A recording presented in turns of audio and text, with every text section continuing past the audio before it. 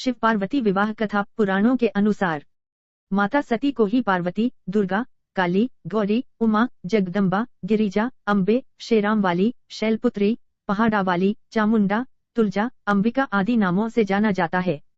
इनकी कहानी बहुत ही रहस्यमय है। यह किसी एक जन्म की कहानी नहीं, कई जन्मों और कई रूपों की कहानी है।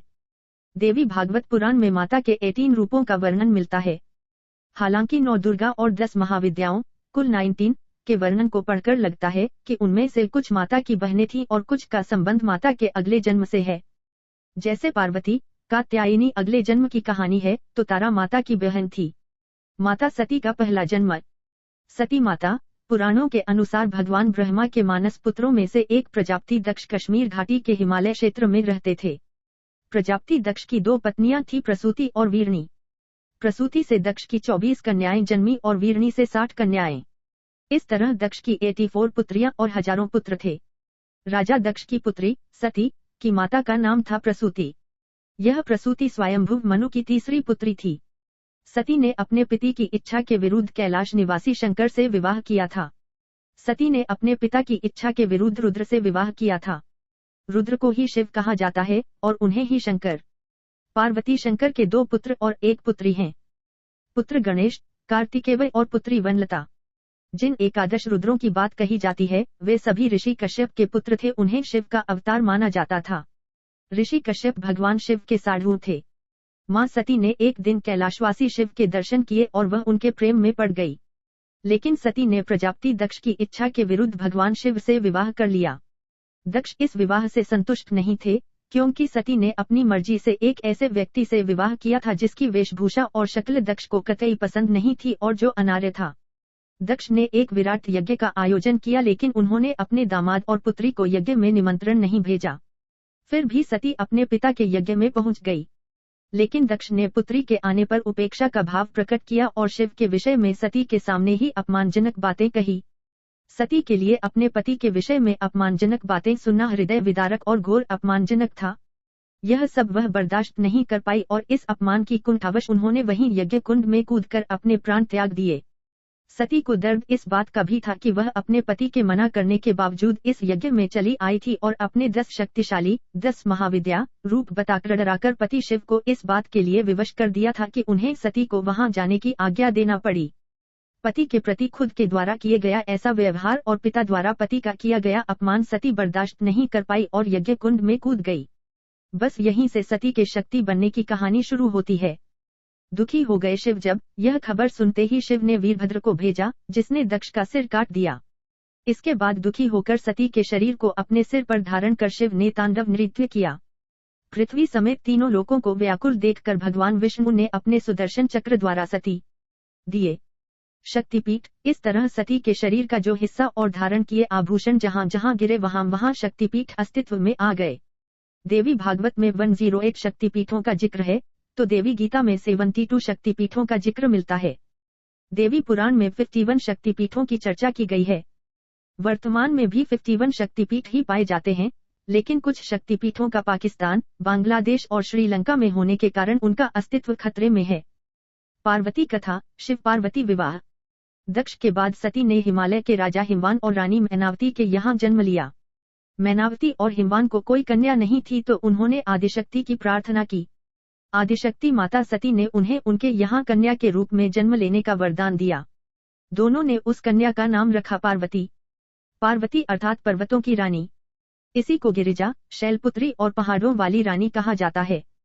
माना जाता है कि जब सती के आत्मदाह के उपरांत विश्व शक्तिहीन हो गया, उस भयावह स्थिति से त्रस्त महात्माओं ने आदिशक्ति देवी की आराधना की। तारक नामक दैत्य सबको परास्त कर त्रैलोक्य पर एकाधिकार जमा चुका था।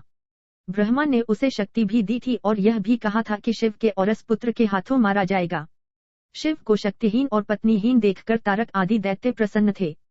देवतागण देवी की शरण में गए। देवी ने हिमालय, हिमवान की एकांत साधना से प्रसन्न होकर देवताओं से कहा, हिमवान के घर में मेरी शक्ति गौरी के रूप में जन्म लेगी। शिव उससे विवाह करके पुत्र को जन्म देंगे जो तारक वध करेगा। भगवान शिव को पति के रूप में प्राप्त करने के लिए उन्होंने देवर्षि के कहने मां पार्वती वन में तपस्या करने चली गईं। भगवान शंकर ने पार्वती के प्रेम की परीक्षा लेने के लिए सप्तऋषियों को पार्वती के पास भेजा। सप्तऋषियों ने पार्वती के पास जाकर उन्हें हर तरह से यह समझाने का प्रयास किया कि शिव और अमंगल वेशभूषाधारी और जटाधारी है। तुम तो महान राजा की पुत्री हो, तुम्हारे लिए वह योग्य वर नहीं है। उनके साथ विवाह करके तुम्हें कभी सुख की प्राप्ति नहीं होगी। तुम उनका ध्यान छोड़ दो। अनेक यत्न करने के बाद भी पार्वती अपने विचारों में दृढ़ रही। सप्तऋषियों ने पार्वती के पास जाकर उन्हें हर तरह से यह समझाने का प्रयास किया कि शिव और अमंगल वेशभूषाधारी और जटाधारी है। तुम तो महान राजा की पुत्री हो, तुम्हारे लिए वह योग्य वर नहीं है। उनके साथ विवाह करके तुम्हें कभी सुख की प्राप्ति नहीं होगी। तुम उनका ध्यान छोड़ दो। अनेक यत्न करने के बाद भी पार्वती अपने विचारों में दृढ़ रही।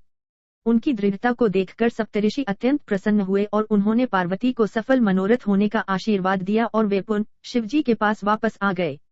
सप्तऋषियों से पार्वती के अपने प्रति दृढ़ प्रेम का वृत्तांत सुनकर भगवान शिव अत्यंत प्रसन्न हुए और समझ गए कि पार्वती को अभी में अपने सती रूप का स्मरण है। सप्तऋषियों ने शिवजी और पार्वती के विवाह का लग्न मुहूर्त आदि निश्चित कर दिया। पार्वती मंगल में शिव पार्वती विवाह संत तुलसीदास के अनुसार। पार्वती मंगल गोस्वामी तुलसीदास की प्रसिद्ध रचनाओं में से एक है। इसका विषय शिव पार्वती विवाह है।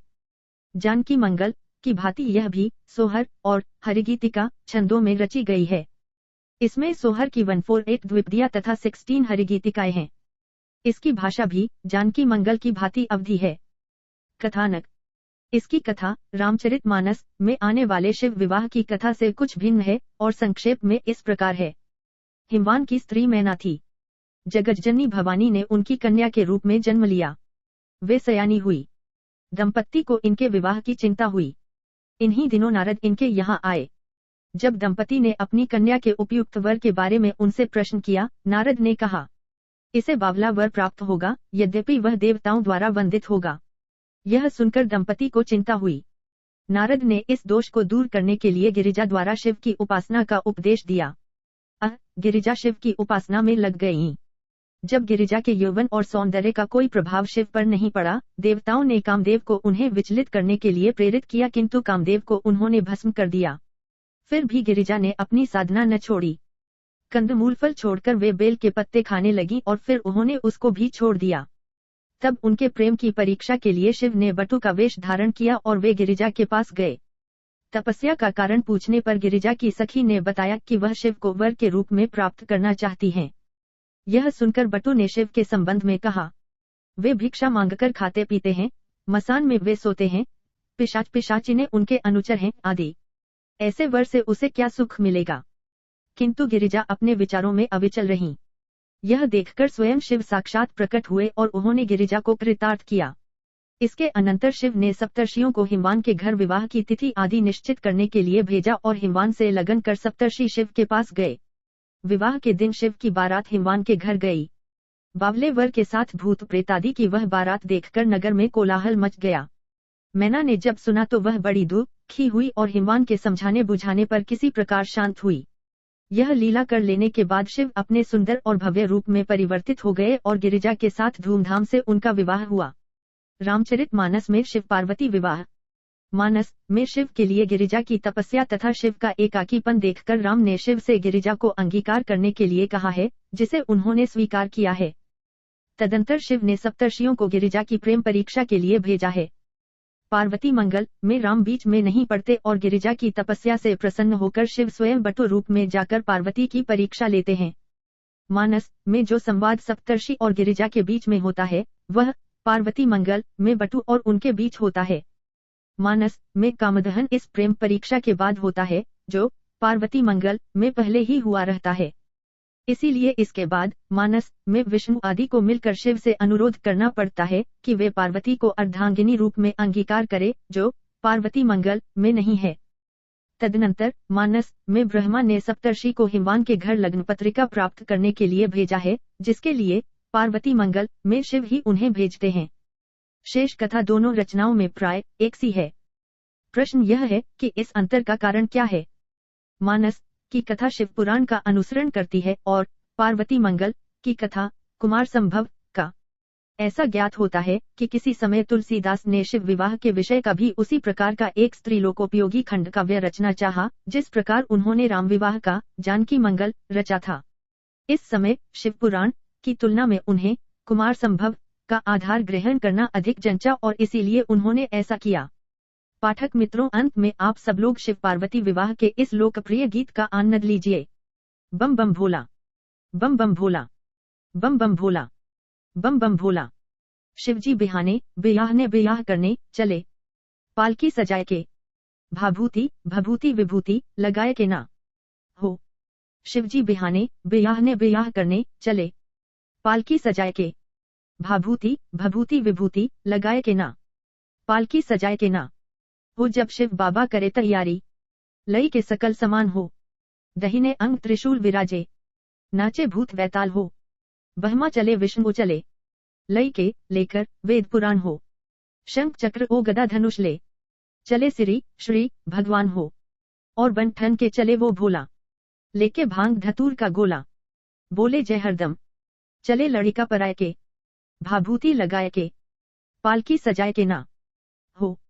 शिवजी बिहाने चले, पालकी सजाए के, भाभूति लगाए के, पालकी सजाए के ना।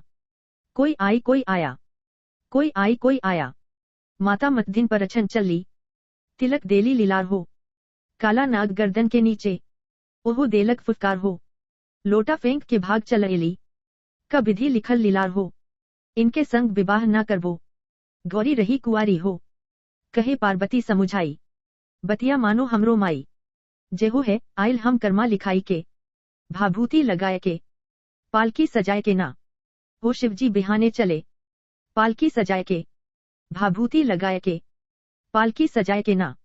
विवाह का मंत्रोच्चार हो। जब शिव बाबा मड़वा गईले, होला मंगलाचार हो, बाबा पंडित वेद उचारे, होला शिष्टाचार हो, वज्रविखी वज्रविष वाले सांपों की लगी झालरी, नागिन की अधिकार हो, बीच मड़वा में नाउन अयली, कर बन ठन बड़ियार हो, एगो नागिन दिहले विदाई, नाउन धवले चली पराई, सब हंसे लगले ठोका ठठाई के, भाभूति लगाए के, पालकी सजाए के ना हो। शिवजी बिहाने चले, पालकी सजाए के, भाभूति लगाए के, पालकी सजाए के ना। ओ कोमल रूप धरे शिवशंकर, खुशी भये नरनारी हो, राजही नाचन गान कराइले, इज्जत रहे हमार हो, रहे वर साथी शिवशंकर से, केहू के न पावल पार हो, इनके जटा से गंगा बहेली, महिमा अगम अपार हो, जय शिवशंकर ध्यान लगाए, इनके तीनों लोक दिखाए, कहे दुहक हरण यही, छड़ो बनवाए के, भभूति लगाए के, पालकी सजाए के ना। ओ शिवजी बिहाने चले, पालकी सजाए के, भभूति लगाए के, पालकी सजाए के ना। ओ शिवजी बिहाने चले, पालकी सजाए के, भभूति लगाए के, पालकी सजाए के